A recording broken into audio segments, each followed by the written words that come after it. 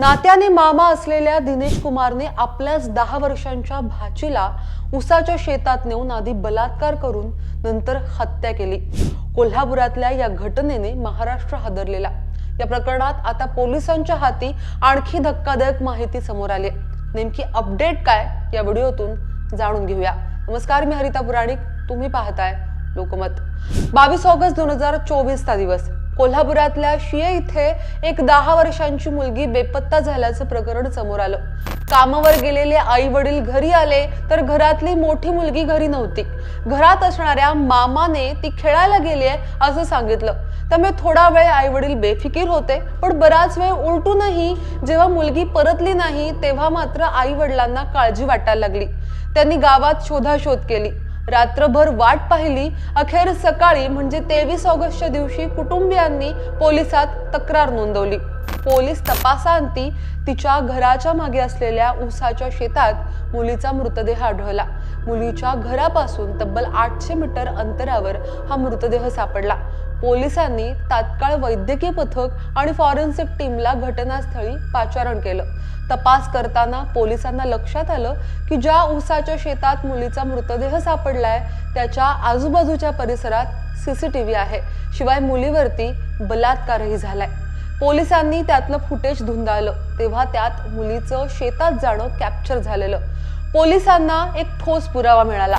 मुलगी आणि बरोबर एक व्यक्ती शेतात जाताना दिसले। एकीकडे सीसीटीव्हीमुळे तपासाला दिशा मिळत होती, दुसरीकडे फॉरेन्सिक रिपोर्ट प्रकरणाला आणखीनच वेगळी कलाटणी देत होता। फॉरेन्सिक रिपोर्ट मधून मुलीची हत्या झाली आहे आणि त्याबरोबर तिच्यावर लैंगिक अत्याचारही झालेत असं समोर आलं।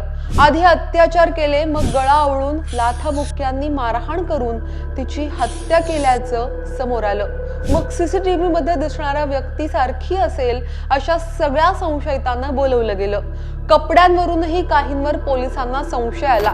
या साऱ्यातून काही जणांना पोलिसांनी बोलवलं। चौकशी सुरू झाली तेव्हा एका व्यक्तीवर पोलिसांचा तपास येऊन थांबला। ती व्यक्ती म्हणजे दिनेश कुमार साह, मुलीच्या आईच्या वहिनीचा भाऊ, मुलीच्या मामीचा भाऊ, म्हणजे नात्याने ती मानत असलेला मामा। मुलीच्या मामानेच तिच्यावर अत्याचार केल्याचं समोर आलेलं। त्याच प्रकरणात आता आणखी धक्कादायक माहिती समोर आली आहे। गुन्हा घडला तेव्हा घटनास्थळी हा मामा एकटा नव्हता, तर हे कृत्य करण्यासाठी तो आपल्या एका मित्रालाही बरोबर घेऊन गेलेला असं आता समोर आलंय। राहुल कुमार सिंग असं या दुसऱ्याचं नाव आहे। पोलिसांनी दिनेश कुमार साह बरोबर या राहुल कुमारलाही ताब्यात घेतलंय। अटकेतल्या दोन्ही संशयितांची क्राईम हिस्ट्री जाणून घेण्यासाठी पोलिसांचे एक पथक आता लवकरच बिहारला जाणार आहे। पोलीस तपासातून असंही समोर आलंय की त्या नराधमांनी तिच्या मृत्यूनंतरही तिच्यावर लैंगिक अत्याचार केले।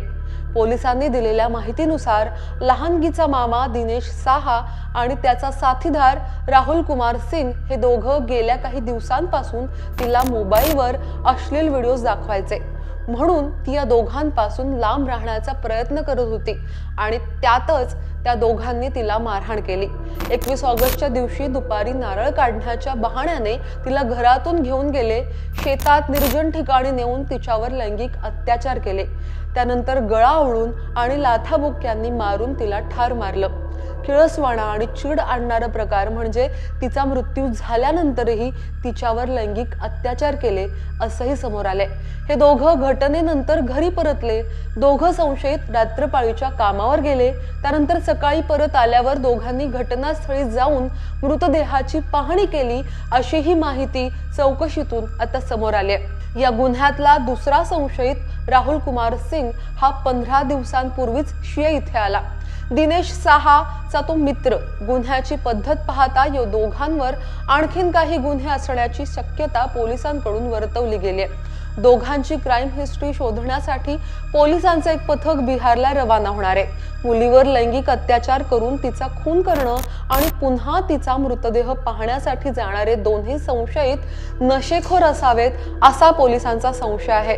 गुन्हा करताना ते नशेत होते का याची माहिती घेण्याचं काम आता सुरू असल्याचं पोलिसांनी सांगितलंय। पण अर्थातच आपण आपल्या नातेवाईकावर, आपल्या जवळच्या व्यक्तीवर विश्वास टाकत असतो, त्या विश्वासाला इथे तडा गेलाय आणि अत्यंत किळसवाण्या आणि चीड येईल अशा प्रकारे ही सगळी घटना घडली आहे। या संदर्भात आणखी ज्या काही अपडेट्स येतील आम्ही तुमच्यापर्यंत अवश्य पोहोचवू। पण यावरती तुमचं म्हणणं काय, खाली कमेंट बॉक्समध्ये अवश्य कळवा। आतापर्यंत जर का लोकमत फॉलो केलं नसेल, सबस्क्राईब केलं नसेल तर लगेच सबस्क्राईब करा। पाहत रहा लोकमत। धन्यवाद।